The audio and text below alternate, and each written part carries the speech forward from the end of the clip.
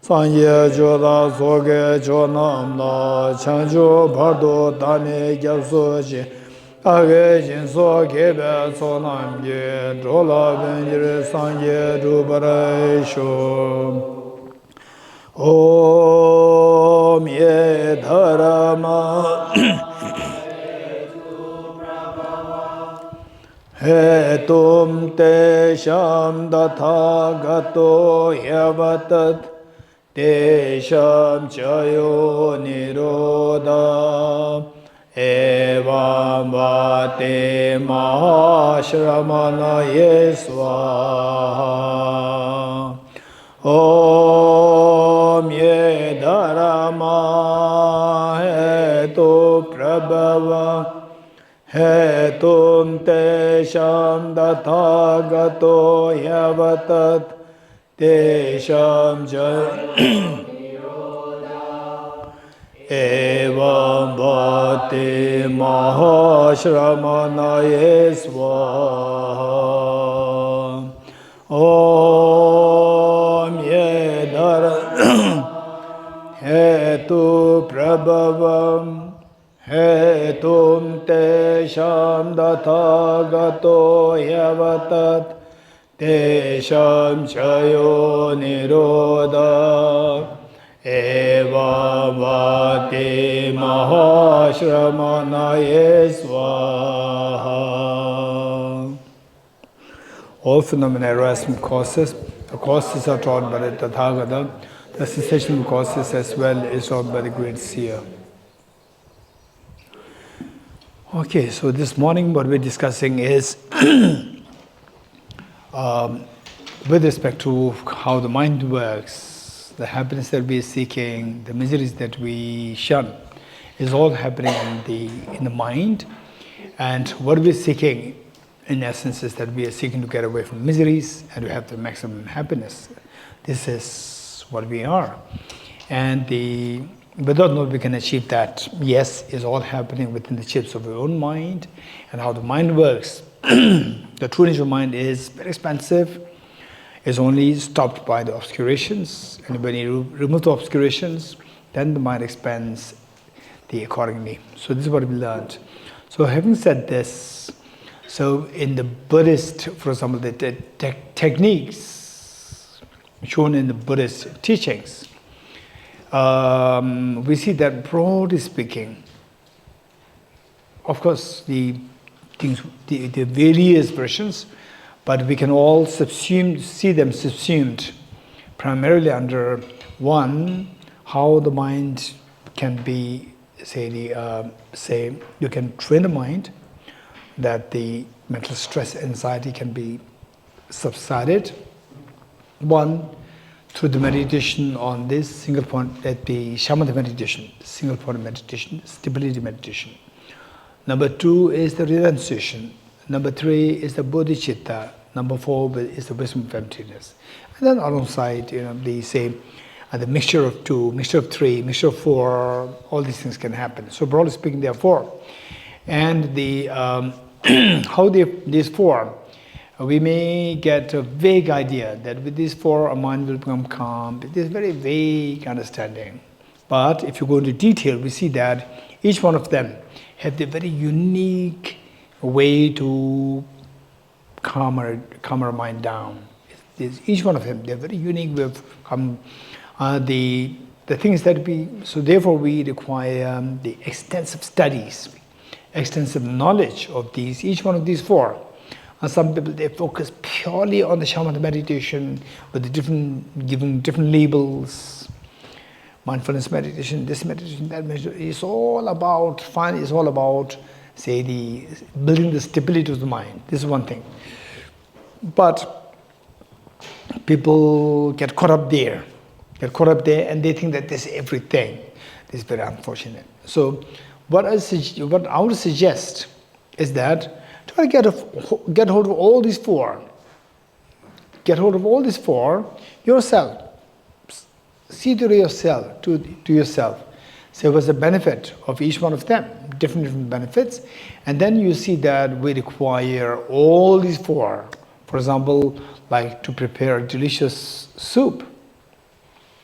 water is required, salt is required, and for example, say whatever vegetables and the ingredients you want to add, that's also required. Seasoning is required. We require, and in some cases, a little bit of butter is also required. Olive oil is also required. There are multiple things required. So let's say somebody who likes to have a salty food, let's say for the soup, what is required? Aishin? Salt. Water too. Vegetables. Okay, let's say vegetable soup. Then seasoning, some seasoning if you like, spicy food. Okay, minimum these 4 things are required. Of these 4, tell me that if you focus just on the salt, does it work? No. So that we require all 4. Likewise, if you get exposed to these 4, practice yourself, and then feel the difference. Each one of them, they contribute to the holistic understanding and the progress of your mind. Then you see that all 4 are required. So whereas if you focus on one, then it's good, but it's not a complete story. And some people, they think that this is complete. And so therefore, the point is that I would suggest to have a holistic, maintain an open mind, and be exposed to all these 4 systems, and if possible, not only the Buddhist 4 things in Buddhism, also to go into what is taught in Christianity, what is taught in Hinduism, what is taught in Islam, what is taught in Judaism, what is taught in modern science. Just learn all these things. And from there you get a picture. Particularly I would say that the Nalanda tradition, which is based on reasoning, you will see that once you get, they say, the tool from there, then with this you go anywhere. You said that everything is so familiar to you, because this tool helps you to so usually what I say is that let's say that if you are the main caretaker, housekeeping of a hotel with 500 rooms, so how many keys you have to take? 500 keys. Is there anybody from the what do you call that? Hospitality. From anybody from hospitality? No? Okay. So in the olden times you have to carry 500 keys. But nowadays no, you carry one master key. Lohena, one master key, right? What is master key? Lohena, tell me. No idea? Okay, don't worry. Maitreya? It opens all doors. Yes, not all doors, all the doors in the hotel. Otherwise the banks, they'll complain, right? Okay. So with this, the master key, take the master key, one key is good enough. Just open all the doors in the particular setup, hotel. So likewise, if you, for example, the Nalanda tradition, this amazingly beautiful tradition, and I would say that even some of the Western, some in the past, Socrates, is amazing. His way of questioning is amazing. So Socrates and his student Plato, and his student Aristotle, just brilliant, amazing, brilliant. So what I'm saying is that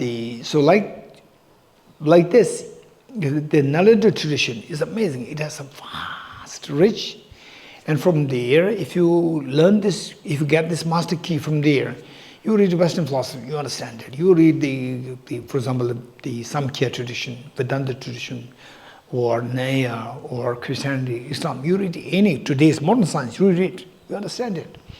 And of course, don't expect that you will understand the quantum physics, the mathematical formulations. You don't understand it. That you have to study separately. This is a very different thing. But you can quickly understand this.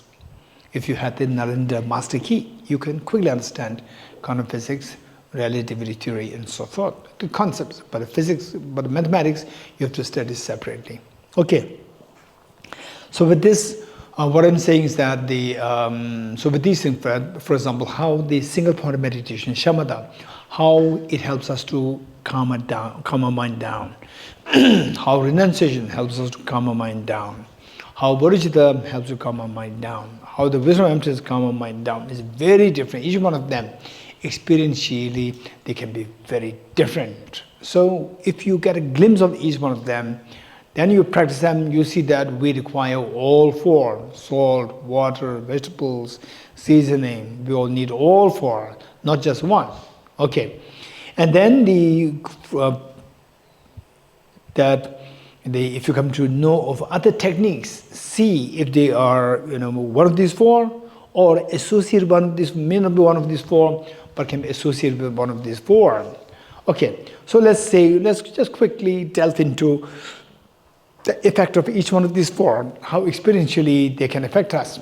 Finally, what we want is that our mind requires to be, say, very calm, not disturbed, and then feel the ease spreading. This is the goal. So with the shamatha meditation, what happens is that you become like you shift. Your mind tends to shift from being like a ball of cotton to a ball of metal. Ball of cotton, the wind blows and the cotton is blown away. Whereas with the metal ball, wind blows and the metal is not affected, it remains there.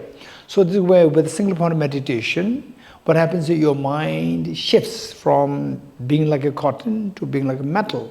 It becomes very stable, and then these small things, you step it, somebody says you step it and then you're not affected.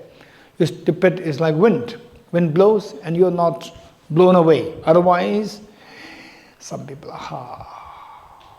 it's a self-torture. It's self-torture. I don't want to share some of these experiences. Self-torture. Oh.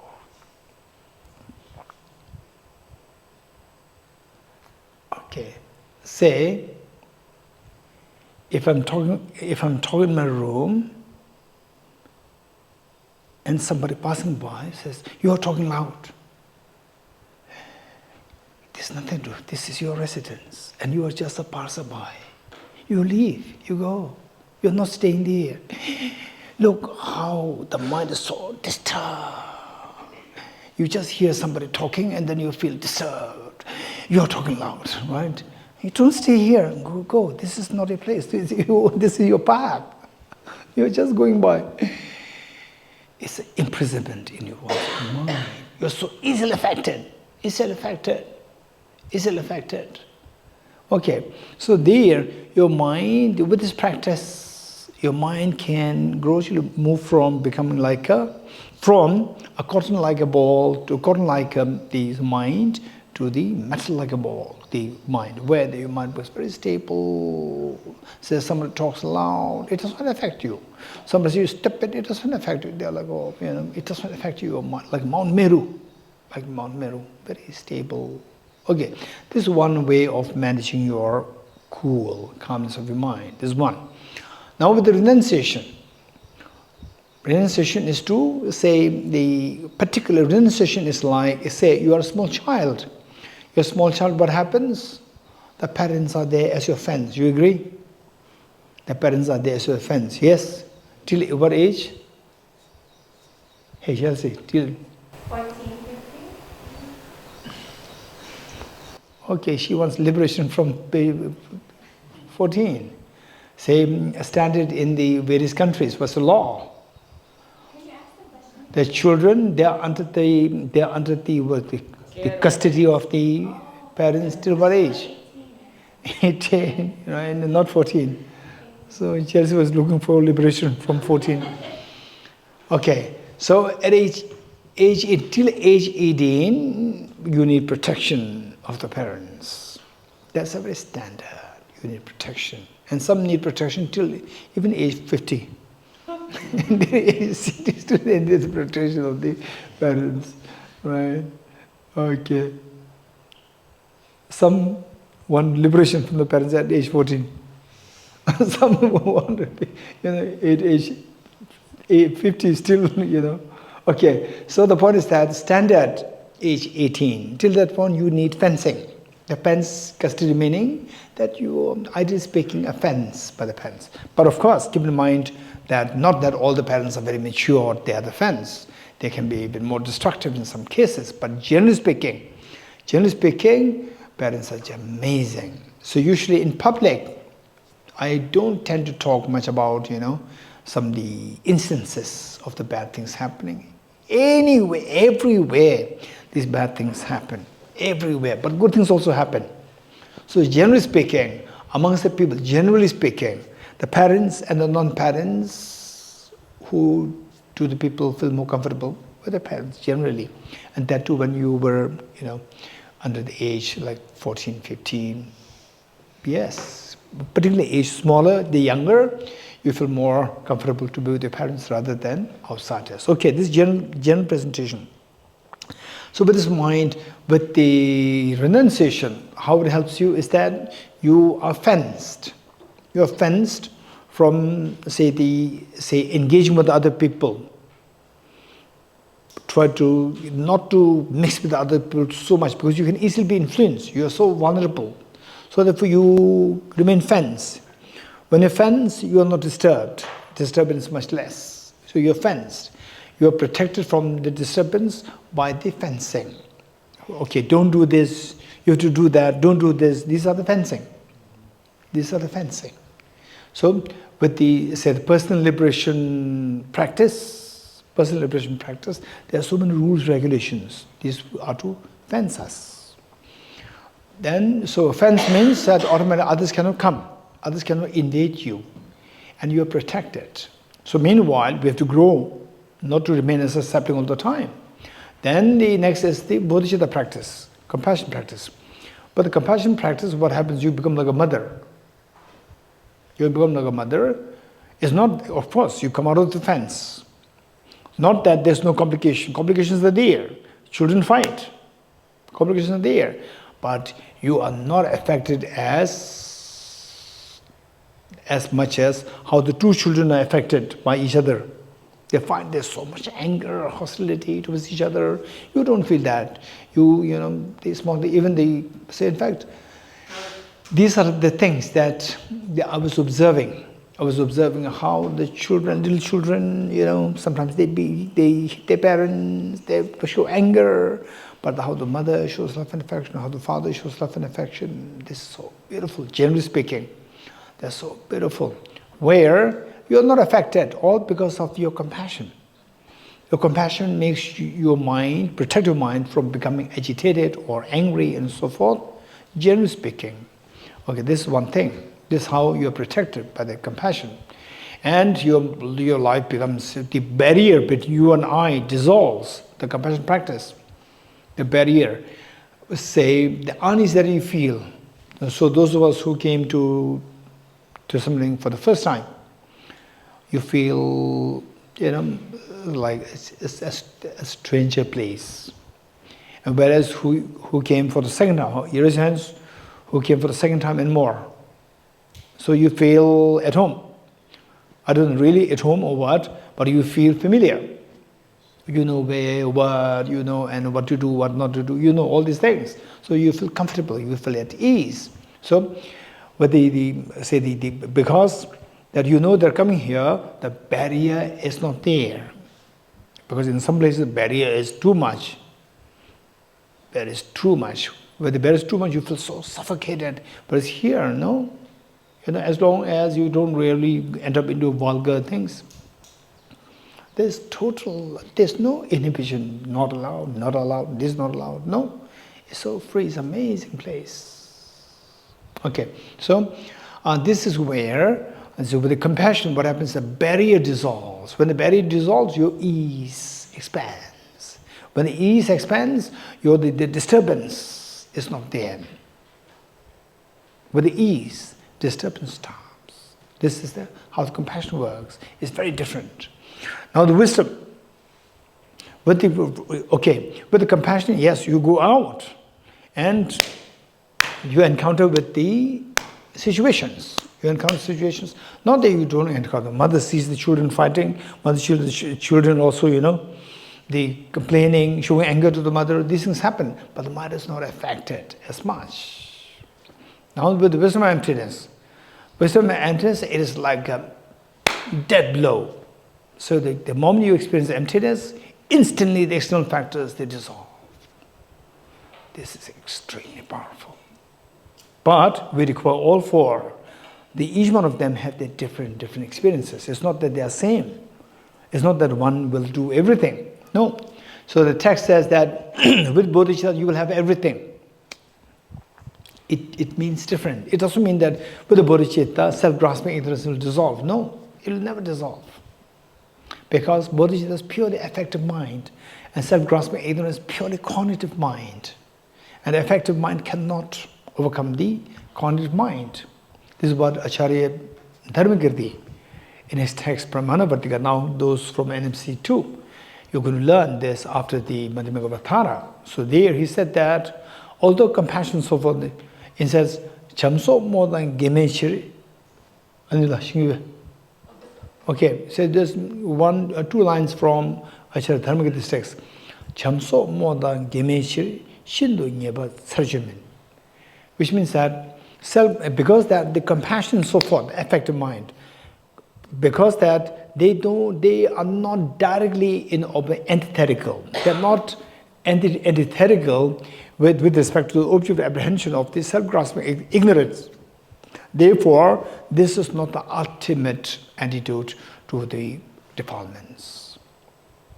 So Acharya Dharmakirti, such an enlightened master, in his text very clearly stated, and later on, if you understand what the self-grasping ignorance is, what the bodhicitta is, what the wisdom emptiness is, so if you know these things, then you say by compassion, self-grasping will not go away. You're getting it? So, but why the text, why the Buddha himself said that bodhisattvas should not practice many things. If they practice one thing, everything will fall in the palm. And he rhetorically asked, what is that one thing? And responded, great compassion.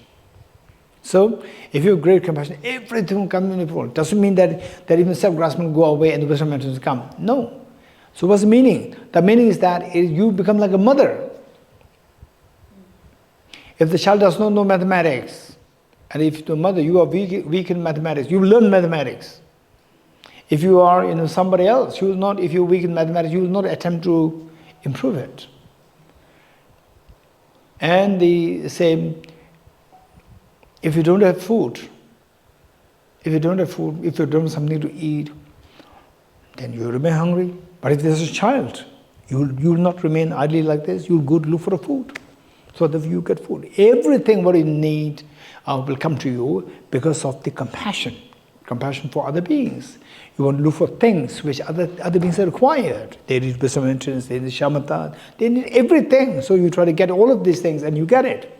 This is the meaning of the compassion. Where you have the compassion, you have everything in your palm. Okay, so this is what we need to keep in mind. Having said this, now let's go into how the mind works. How the mind works in the chips of the mind, where everything is what is seen as happening outside. For example, like now look at the vegetation, look, the greens. How do they look? So beautiful. Look at the sun rays falling on the leaves, and the leaves appear so beautiful and fresh. You're getting it? Even these are the radiance of one's own mind. And at the moment, we may not understand that. But gradually we come to know that, for example, say sometimes last time I did mention about this, what is that? The colorblind, right? Colorblind. And what do you see? It's not really the object there, it's something inside. So what you see outside, this is radiance of one's own mind. And everything, what do we see as not only the beauty and so forth, characteristics. We said this is how your mind projects. You agree? And in fact, these are all well explained in the common people's expressions, where it says, beauty lies in the Yeah, what is this? Although the young people may see it as very romantic, but it has a different meaning. You can take it very differently. Young people instantly laugh because they take it in a very different way. Idea is that what outside there, characteristics, not the categorized. Characteristics, what they are, is determined by how you look at it. Not only the characteristics, even the characterized. These are also the radiance of one's own mind. Okay, this is something very profound, and if possible, gradually we have to understand this. Not understand this, you have to feel it, number one. So with this, now what's going in my mind? So whatever is happening outside, you see, okay, this is good, this is beautiful, okay, this like this like this. So this is all happening just in the small, chips of the mind. Chip or the chips? Huh? For example, we say lungs. We don't say lung. Breathe through your lungs. We don't say breathe through your lung. Chips or chip? I have to check with the native English speakers. Anila? Chips? Hey, Jack? Chip. Okay, Jack is not too sure. And where are you from? Korean, Canadian, American. Okay. Yeah. Chips, chip. I think means you're not sure. Hey, here. Chips. Chips. Okay. Tim. Can you say the question again? Chips or the chip? The computer works based on but depends on the chips or the chip. What is it, singular chip? Okay. Lungs or the lung? I breathe through the lungs. I breathe through the lung. I breathe through lungs. Singular, plural. That makes sense too. Huh? Okay. Any from IT? Okay. Hey. I study computer engineering. This is what I'm saying. So it's your area. Tell me, what is that? Chip, not chips. Oh, okay, so we trust her for today. Because she's the authority here amongst us. Hey, what is what is your profession? Computer science? I'm working at commercial production, TV. And nothing to do with the computer things? I did know a little bit, but computer science is not easy. Okay, good. What about Arjuna ji? Not from computer, no. And our men from computer, no. Anybody from computer background? Okay, that is chip. Hey. Chip or chips? Okay, now we cannot move. All the three computer scientists, they say it's chip. Okay, so the chip of the mind. Chip of the mind, not chips of the mind. Chip of the mind. Okay, so everything is happening in the chip of the mind. So now, to look at outside, look at the chip of the mind. Let's see how it works. Okay, so there we see that they say the mind, of course, has, and you tell me, some people, the moment we talk about, say, the compassion, their eyes become so wide open. We talk about emptiness, eyes closed or shut down. Sometimes the emptiness, some people, their eyes just become so wide, compassion. And then they say, we talk about these very creative things, they are so alive. The moment let's meditate, they start to fall asleep. Right? Some people, they're so good at meditation. At the moment you talk about this creative, they're lost. Right? So what makes the difference? Why all this different? Where lies this difference? Where? In the mind. In the mind. More specifically what? Huh? in the chip of the mind, yes. So if you can speak a little bit about this, okay. Now we see that this all, yes, we do. In the first place, we need to acknowledge that these differences are there. For example, some people, you think that the person is not intellectually so IQ levels so high. IQ level can be extremely high. We are not aware. Just by the nature, the person doesn't express, and the person doesn't express. So therefore, the others may think that, oh, the IQ level is low. And then what the person does is like a small child, very childish. And then natural people will consider as low. Then when you get the opportunity to open up, ask questions, then person can really go deep, deep, amazing. I've seen that. I've seen such people. Amazing. So my confidence in Buddha nature increased, all because of meeting with different people. So what I'm saying is that this is amazing. So we have to say, with these questions, why some people, they are so good in mathematics but weak in English, some are very good in English, weak in mathematics, some are good in meditation, weak in analytical thinking, some are very good in analytical thinking, weak in meditation. Why? Because the mind functions in different way. You getting it? Which means the mind has multiple functions. This is what we have to know.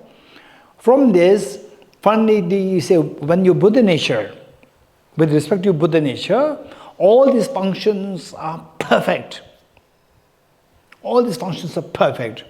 Only thing is that the obscurations, they are there to block your mind from manifesting the functions of the mind, and depending on what kind of environment that you meet with. For example, let's say, it's very funny. I have my two teachers, I have many teachers. Of these two are extremely influential in my life in South India. And both have their nephews as the attendants. And the attendants, because my teachers, they really show kindness to me. These two attendants also show special affinity to me.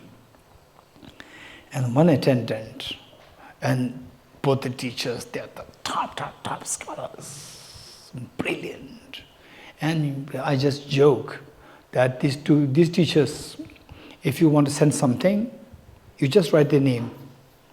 You just write the name, right? If you want to send something to the president or the prime minister of the country, you just write a name and post it.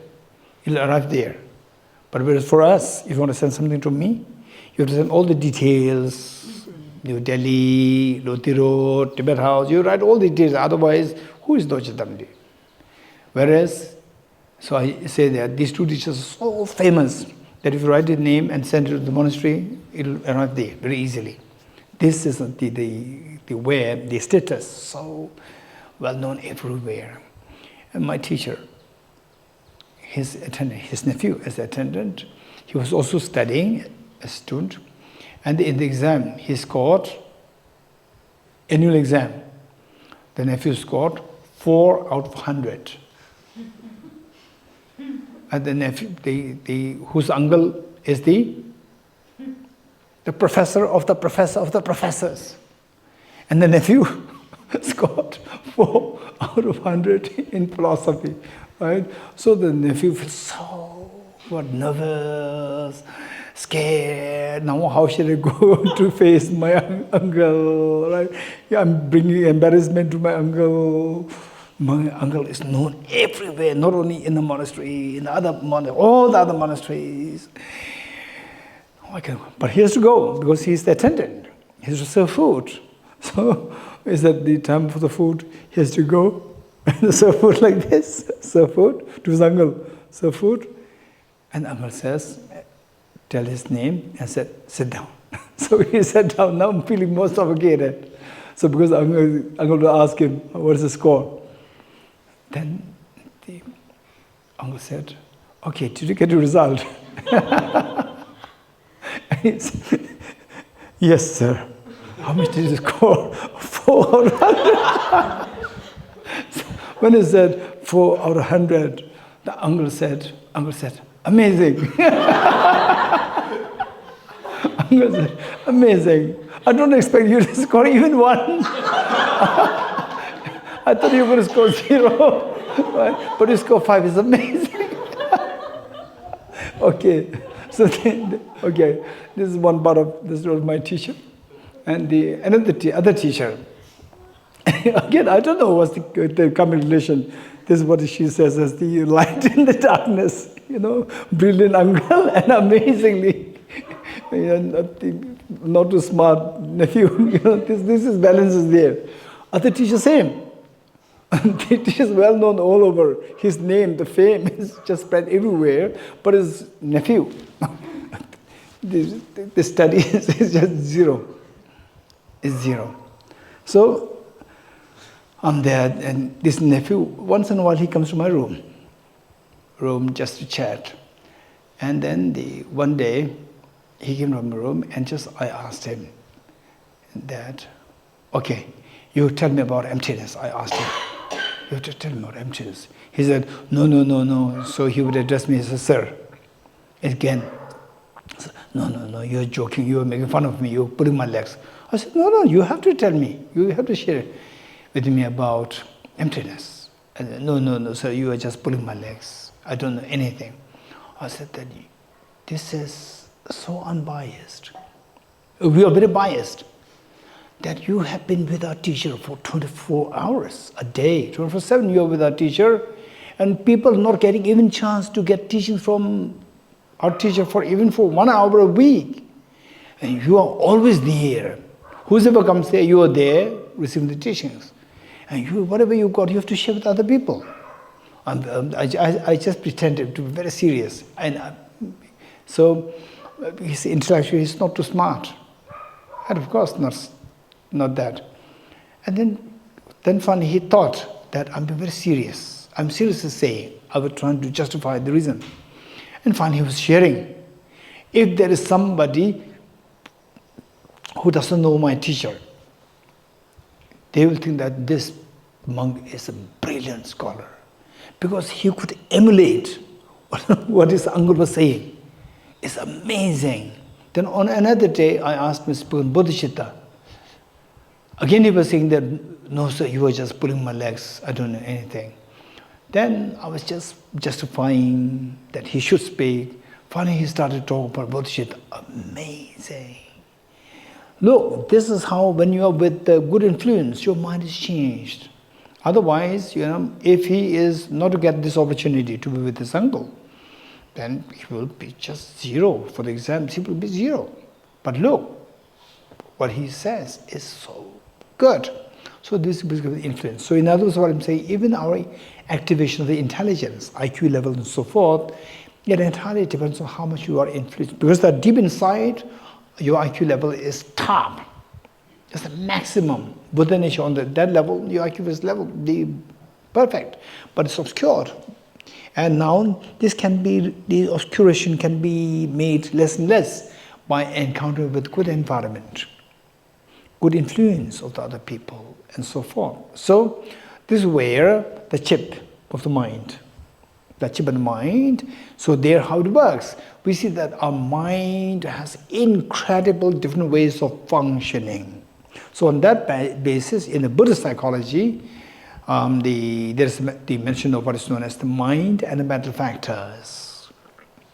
Mind and mental factors. Mental factors meaning the mind has multiple functions, and each of these functions are ascribed as a separate mental factor. These are referred as mental factor. So mental factor is just, say, a state of mind with respect to a particular function. For example, like a university and the various departments of the university. So on what basis the departments are ascribed? Anyone? On what basis the various departments are ascribed? Hey, biochemistry, tell me. Based on different subjects, very good. Now in the case of the governments, different ministries are assigned. On what basis ministries are assigned? Different ministry assigned? Anyone? Brother William? Master Geshe, the ministry are assigned according to their responsibility for the country. Different responsibilities, different functions. How many agree with Brother William? Raise hands. Good.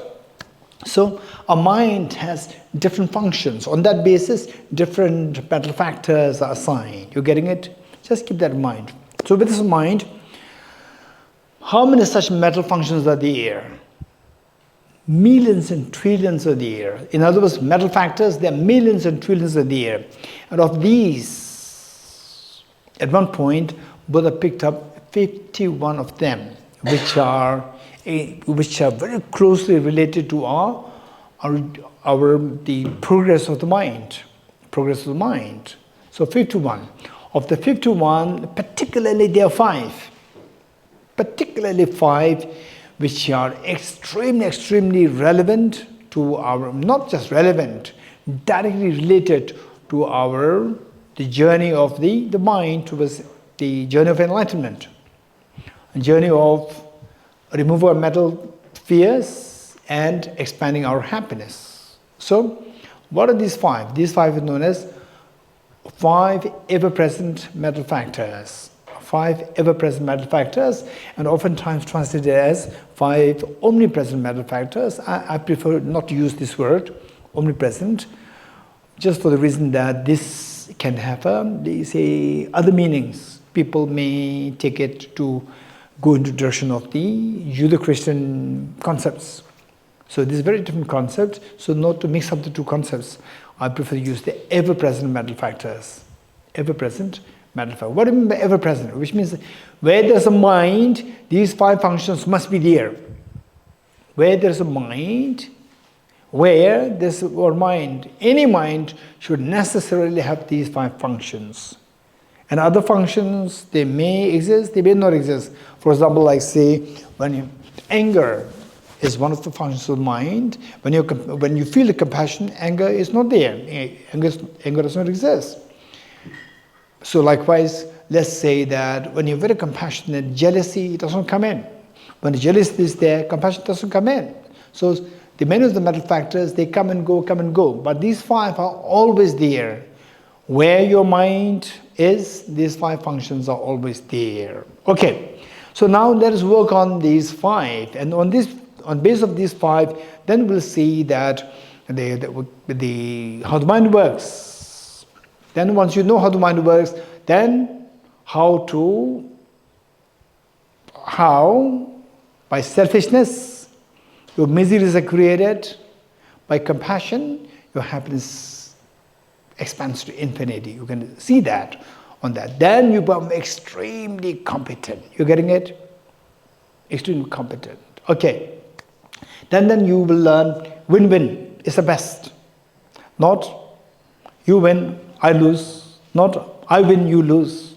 But it should be win-win. Okay. So, how the mind works, based on these 5 ever-present mental factors. The 5 are contact, attention, discrimination, feeling, intention. Good. Okay, let me repeat it. Contact, attention, discrimination, feeling, intention. Okay, so how these 5 are enumerated by them meaning there's none.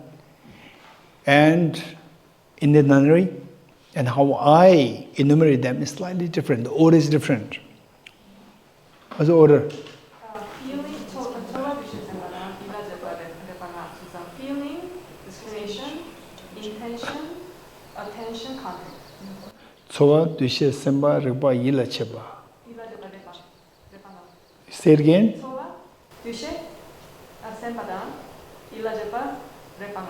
Even that is different from the very standard norms. Okay, okay, it doesn't matter. It doesn't matter. Okay, So from this, I'm glad that what she's saying is again different from the mainstream. I'm glad that this is so. Therefore, my creating another version of enumeration, I'm glad that there's a justification. Okay, it should not necessarily be like this. Okay, so I'm glad that why I put this in this particular order is for the reason that from my point of view, I see that this order is extremely relevant, directly can be used in your practice of compassion, practice of wisdom, practice of managing your emotion. Okay, overall speaking is managing your emotion. And then within that, managing emotion of compassion. So that comes. So with this in mind, so this order, what's my order? Contact, attention, discrimination, feeling, and intention. Okay, but don't say that anybody else coming up with a different order, they're wrong, my one is right. Don't say that. You're getting it, it's fine. Whatever order is fine. Finally, you should be able to apply this information to your transforming yourself from unhappy person to a very happy person, from a very insensible person to a very sensible person, smart person. This is the purpose. So with this mind, let's say, okay, first of all, let me say, what do you want? So overall speaking, tell me that everybody doesn't want what? Everybody wants what? Quick. Everybody doesn't want suffering and everybody wants happiness. Okay, how many agree with this? Very good. And happiness, some people may not agree with this word happiness, but let's say ease, fulfillment, whatever. If you're not happy with the word happiness, it's fine. But deep inside, we share the same understanding. So with this mind, let's say how this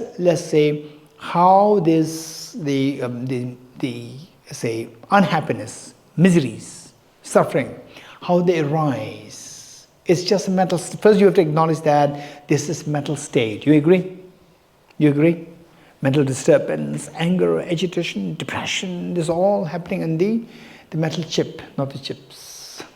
Metal chip, or metal chips. All of us, as Tim said, plural. Right? Okay. So what is happening? This is what we have to know. There's the stress inside, and sometimes when the stress is so severe, you feel as though like there is some cold metal at the core and it's pulling you down. Did you feel that once in a while? Did you feel that? Just the energy lost, drain, and there's something is pulling you down from the core. Resents? How many felt that? Men? Particularly people are harmful to the animals. Yes, people are so cruel. Okay. I want to learn what is girl's profession. Yes. I have many. Like what? Art teaching. Arts. Art teaching and reception, working in reception. You want to volunteer in Thosamling as a researcher? Social media. Works here. Wow. Wonderful. Okay, thank you. So with this in mind, let's say how all these fall under the problems that come under the umbrella of suffering. Suffering, do you see that it has the element of stress? You agree?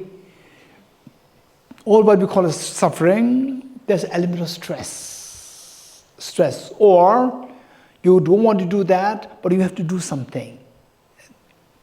That is the stress. Okay, how the stress happens? Stress is happening, actually manifests on your face, in your speech, in your action, but actually it's happening in your metal chip. Metal chip. So how is that happening? Okay, that is very important. Let's say, can you give me an example of a stress? Quick.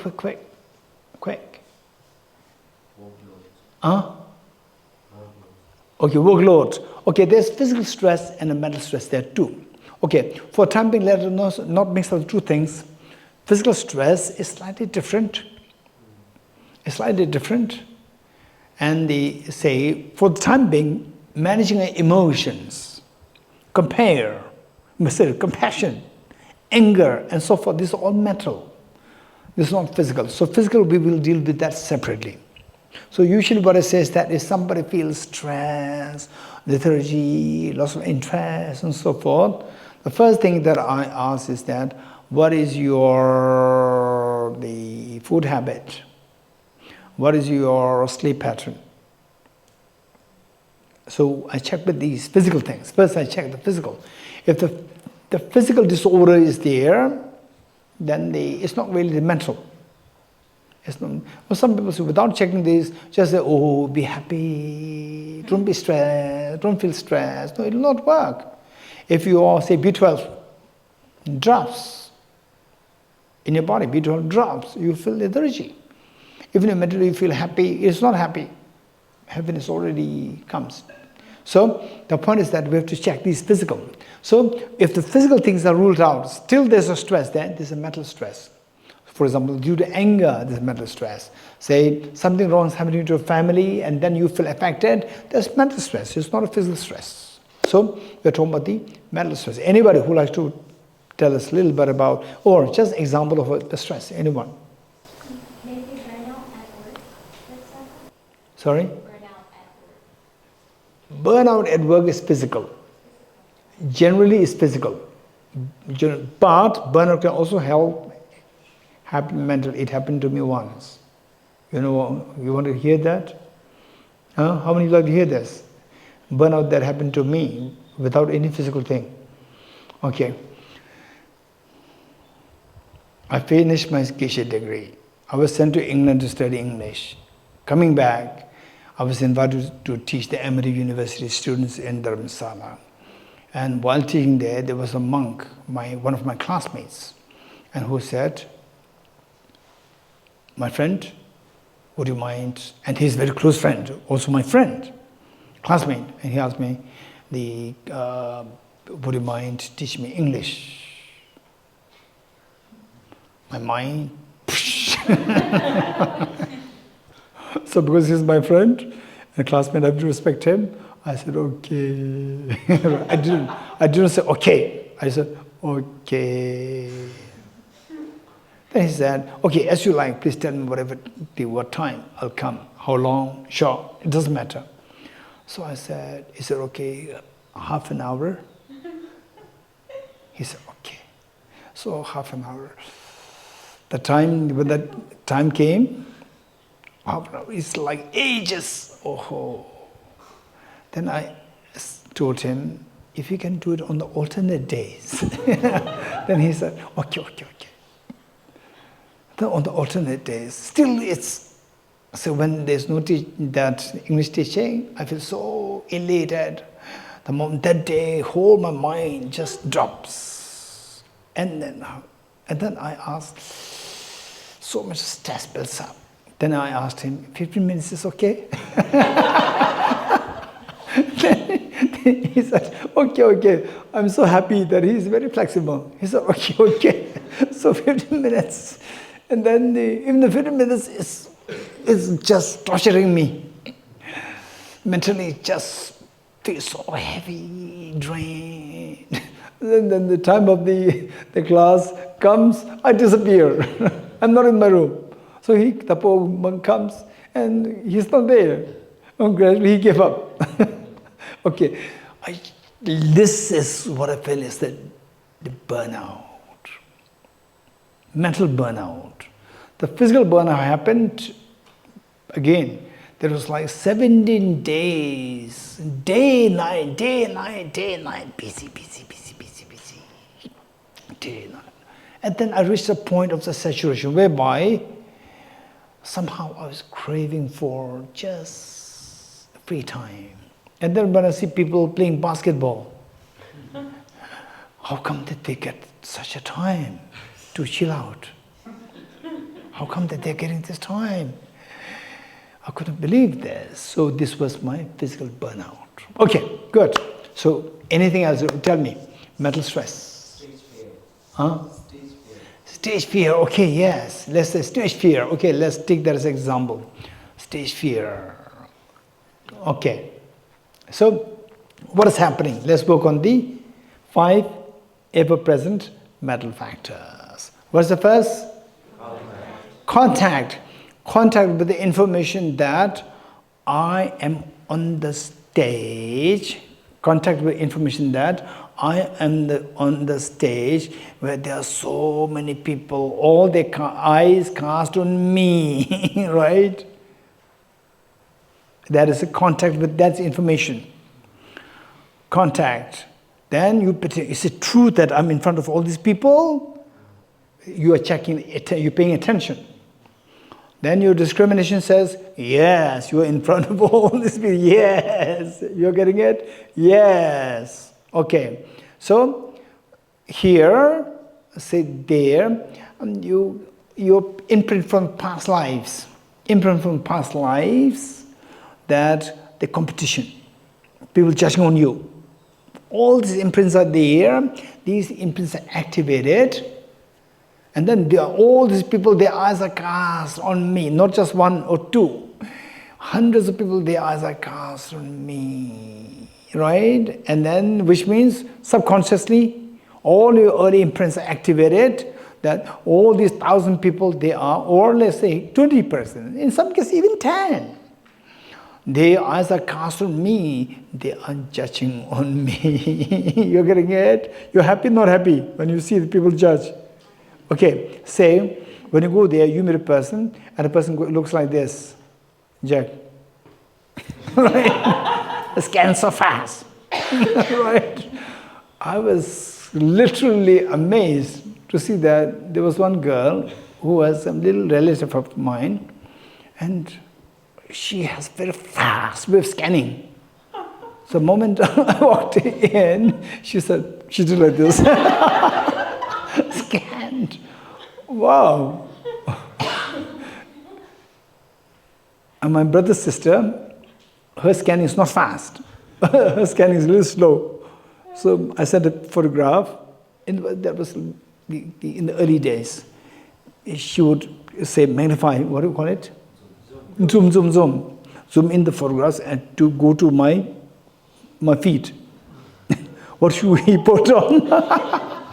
What shoe he put? And he said, uncle, you have this shoe, put a better shoe, wear a better shoe. So her scan is slow. Other scan is so fast, just like this.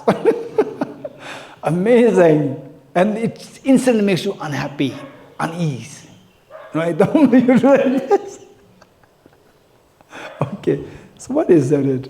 Okay, so what I'm saying is the contact. The first, the contact. Okay. Let's say, first let me give an example. Let me give an example. Then we apply this to the real scenario. Okay, let's say that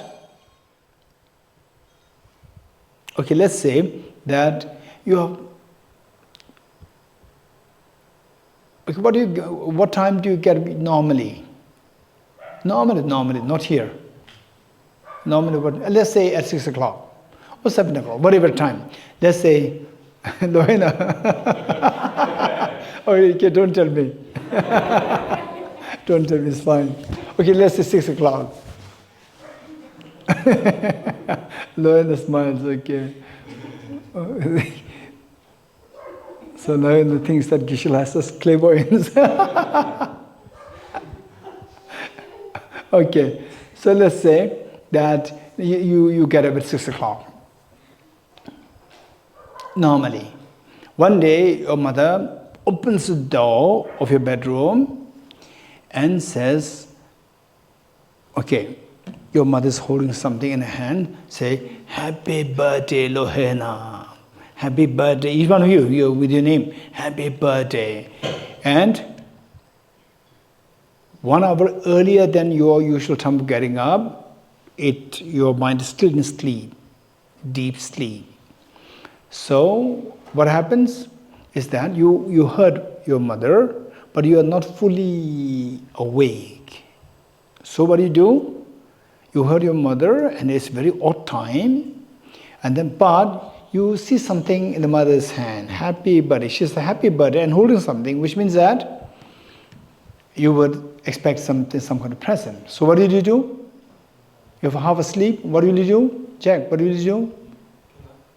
No, you're half asleep. So what did you do? First you will rub your eyes to see what is in my mom's hand. You don't care about what you hear.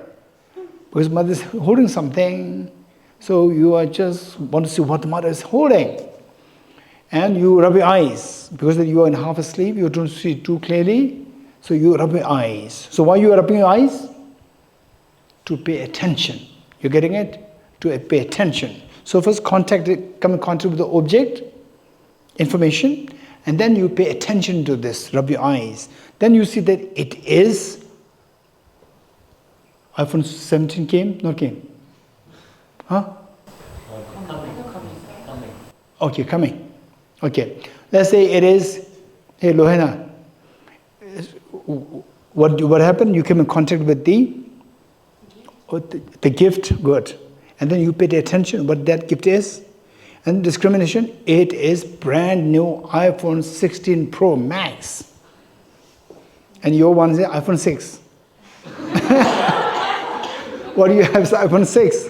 But what you find is brand new iPhone 16 Pro Max. You're getting it? Wow. Look. So after discrimination, what is next? Feeling. What feeling? Wow feeling. Joy feeling, pleasant feeling comes. You like the pleasant feeling, you don't like the pleasant feeling? Hey, you like the pleasant feeling. Because you like the pleasant feeling, you want to sustain the feeling. How to sustain the feeling? By embracing the trigger of the feeling. What is the trigger of the feeling? Brand new iPhone 16 Pro Max. So how to sustain it? Intention will make you move your hands. Intention will make you move your hands towards the mobile. Embrace. Embrace is good or bad? Embrace is healing. Pushing is stress. You're getting it? So you embrace. Okay. Now, the moment you got in your hand, you see that it's the iPhone 7. Better than 6, but you thought 16. Right? And then then what happens? Contact with the object.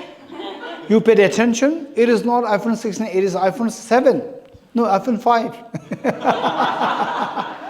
For Lohena, it's iPhone 5. Right? iPhone 5. Discrimination. Then the feeling? Unpleasant feeling. So, and this unpleasant feeling not coming from your neighbor. It's coming from your mom. You can easily reject it. Unpleasant feeling, what is the trigger? You like the unpleasant feeling or not? No. You don't like it. Because you don't like it, you want to remove the unpleasant feeling. How to remove the unpleasant feeling? Remove the trigger of the unpleasant feeling. What is the trigger of unpleasant feeling? iPhone 5, right? Which the mother was using. The old iPhone 7, no 5, which the mother was using. Right? Okay, mother didn't know that you were using iPhone 6. Okay, so then you will throw this so that your unpleasant feeling will be gone. You're getting it? And you will also, you may even shout at your mother to push the mother away so that unpleasant feeling will be gone. Again, this is the intention to stop. So intention is the one which makes the mind move. So the movement of the mind is felt. Movement of mind can be seen in the form of your physiological changes. Physiological movement. And the physiological movement can be seen in your physical movements. For example, like say when you're very angry, what happens? You could feel the heart palpitation. Tick, tick, tick, tick, tick, tick, tick. So this is physiological. When somebody says you step it in public, then you start sweating. All this, you say, the mental movement affects your physiological movement. That manifests in the movement in your sweat and the heart palpitation and so forth. So this is movement. Movement is the action, karma. That action is the nothing but the mental intention. Mental intention. Now this is now the next is, they say, dealing with the emotions such as stress, anxiety and so forth. Let me quickly share with this. Done. So you have next session. We have next session. 3 or 4. Oh, then we are done. So we have to talk a little bit about the say compassion part. Okay, let me quickly finish this part. Okay, let's say that any other problem of a very complicated boss. Raise hands. Little strict boss. Okay, look, the Gendula is laughing.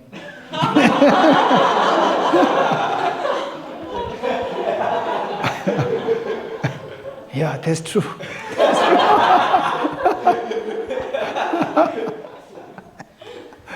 Jack is very happy. Jack is very happy, right?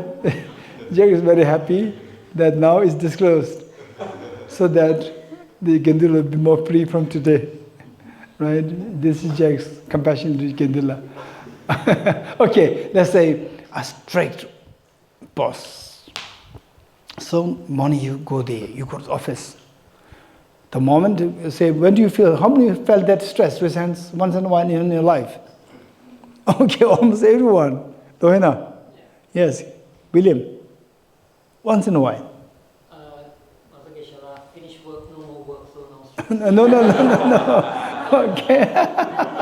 My boss now is only the wife, Kim. Okay. Mom, you have this experience? Yes. Okay, good. Gendula, you have this experience?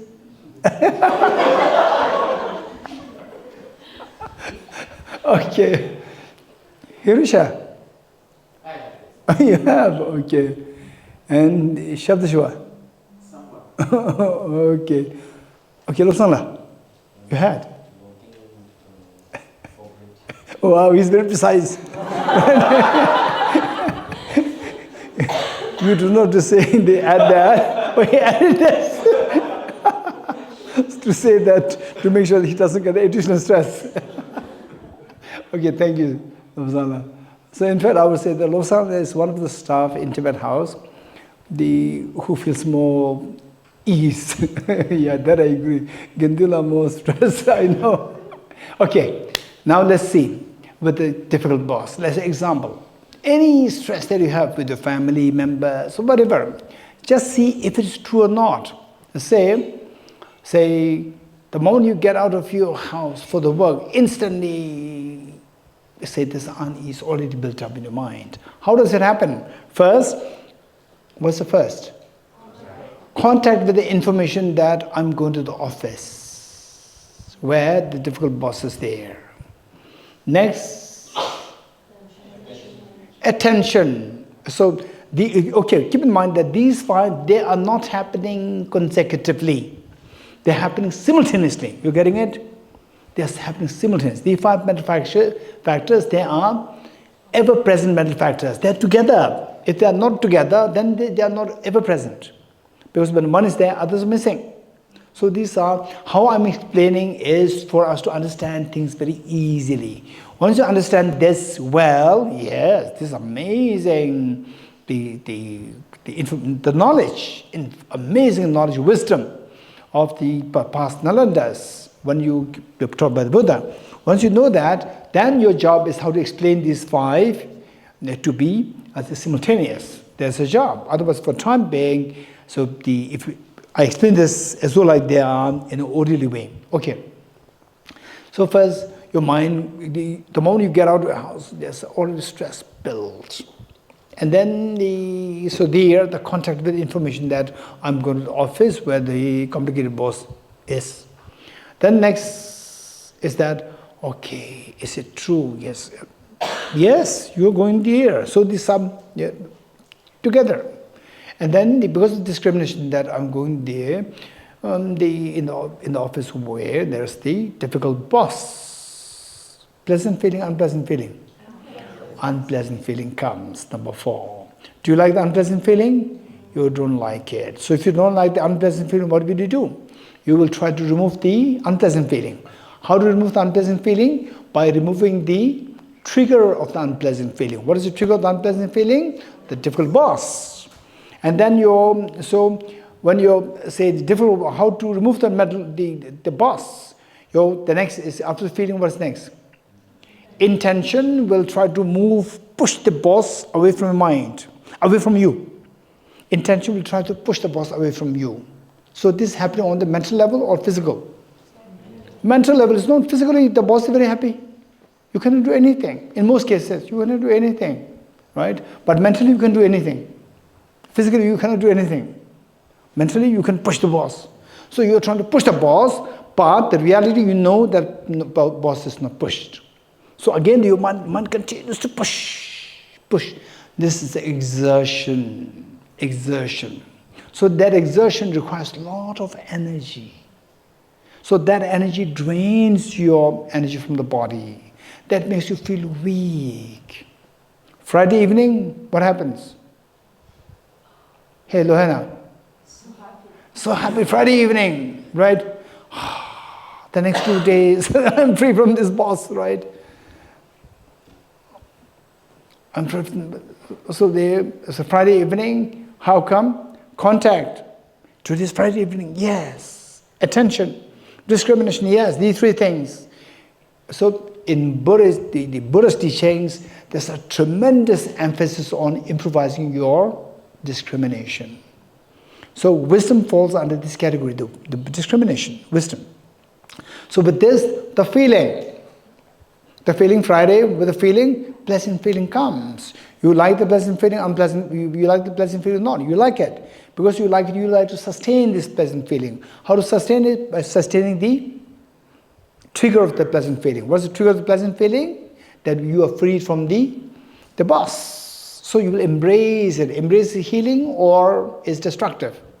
It's healing. So Friday, if every day is like the Friday evening, then you have your immunity will boost. Your immunity will become stronger. But Friday is only one time. Then there's a Saturday closer to Monday. And Sunday too close to Monday. And Sunday evening already your mind is shut down. Monday morning gone. Once I was invited for a teaching, and the host, his son, when I arrived, it happened to be, I think Saturday. The big house was filled with the noise of this little boy, everywhere. He's so fast, going here, there. And Monday morning, the whole house was so quiet, peaceful. I thought that the boy has already left. And then I told my host that, what happened to your son? He's already left. He said, no, he's here. I said, no, it can't be true. So when he's here, the whole house is filled with noise. He said, no, this is what happens on Monday. The Monday morning, this is like this. It's so quiet, peaceful. Then later, he said that, Geshe, don't worry. Before you leave, I'll bring him. And then he came like this. And so like, so calm, tamed, like this. That you can't believe that this boy makes a whole noise in the building. So this Monday. So why? Exactly the same thing is happening in his chip of the mind. So this amazing psychology. So therefore, the thing is that, say, the difficult boss, the mind pushes. Which pushes happen on which level? Which level? Intention level. On the intention level is pushing. But you cannot push the boss externally. Because of this mental, it continues to push. It continues to push because you don't want unpleasant feeling. And unpleasant feeling continues to be there because of the discrimination that the boss is there. What discrimination? Because of the information and the attention, content and attention, that you know the boss is there. So as long as you know that there's a boss there and I'm there, unpleasant feeling continuously to be there. As long as unpleasant feeling is there, your mind will continue to mentally push it. Physically you cannot push. Mentally you continue to push. You keep exerting your energy. If the exertion is continuous for a long time, this is a drain of your energy. This is the stress. You don't want it, but your mind is doing this. This is stress. And if it is intense, this is anxiety. If it is prolonged, chronic, this is depression. This is how the mind works. Now, if you don't want this, what should we do? You reverse the process. So this intention which pushes, instead of pushing, you make the mind to embrace it. Embracing is healing, but not always. Embracing bad things is very destructive. Superficially or instantly, there's instant gratification. But in reality, in long run, this can be very damaging. But overall speaking, so mind rejects. Instead of rejecting, make the mind to embrace. Embrace is healing. So, how to make the mind embrace? Embrace or rejection is determined by what? Is the feeling, is the intention? Intention is decided by the feeling. With unpleasant feeling, mind will invariably reject. If you don't want that to be rejected, you have to change the feeling from unpleasant to the pleasant feeling. Okay, good. Now, okay, have pleasant feeling. This will not work. Hey Jack, don't be sad, have a pleasant feeling. Even if thousands of people come to tell you that we have a pleasant feeling, it will not work. How to change the pleasant feeling? Feeling is determined by discrimination. Change the discrimination. You're getting it? Change the discrimination. Okay. Let's say that, with this difficult boss. With this difficult boss, change the discrimination. You describe this boss as a difficult boss. You're getting it? The moment you describe that as a difficult boss, which means unpleasant feeling in where it comes. This is negative. Whereas, okay, this boss has its own problem. It's true, not true? And the boss, because you don't like the boss also doesn't like you. When the boss doesn't like me, boss also has an unpleasant feeling when he sees me, yes? So therefore, he also deserves my compassion. He's also in a problem.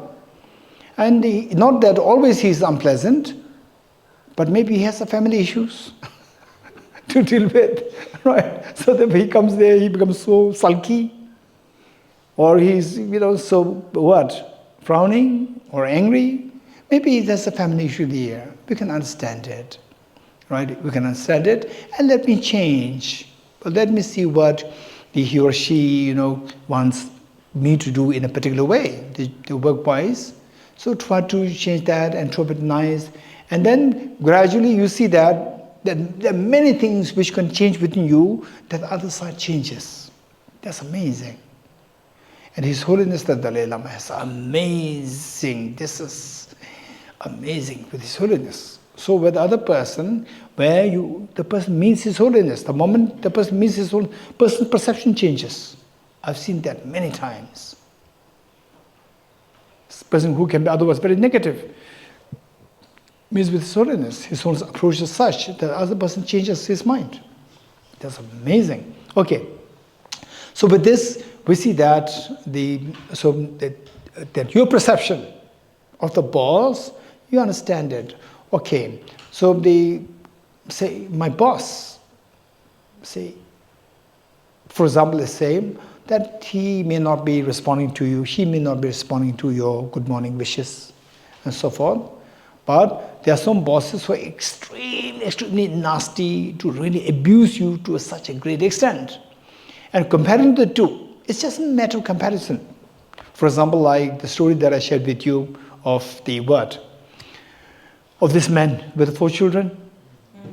Day 1 he goes to seek peace, and the last day he came back and he got the peace. It's just a shift in the perception.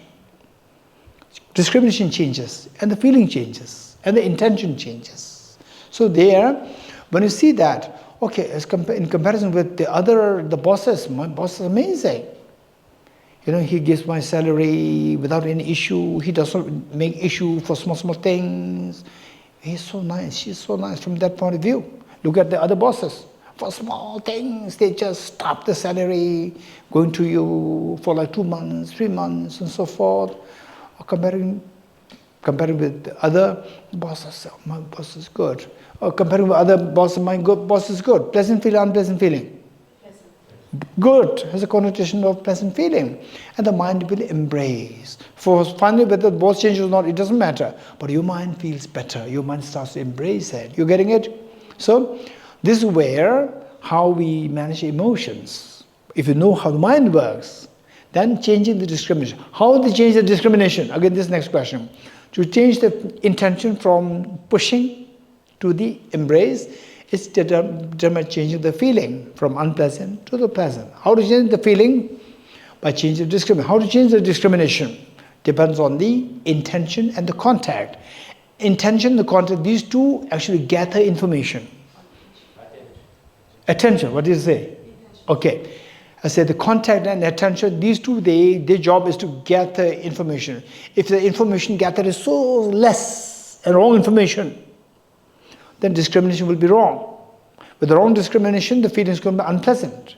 With unpleasant feeling, intention will push, stress builds up. So therefore the Buddha said when the discrimination is wrong, that is ignorance. So Buddha taught ignorance is root of the miseries. You get ignorance because of lack of information and the wrong information. So therefore it is so important for us to get the correct information, complete information, and systematic information. These three things. You're getting it? Let me repeat it. For the discrimination, we require the information through contact and attention. Information that we require is correct information, complete information, and systematic information. These three things are required. So with this, you have a rich array of information, and when you have a rich array of information, your mind can think of any ways whereby you can even change the other person's mindset. You can even change the other person's mindset. I'm amazed by His Holiness the Dalai Lama, having seen that actually happening. Some people, there's so much air of, I'm somebody or somebody, whatever.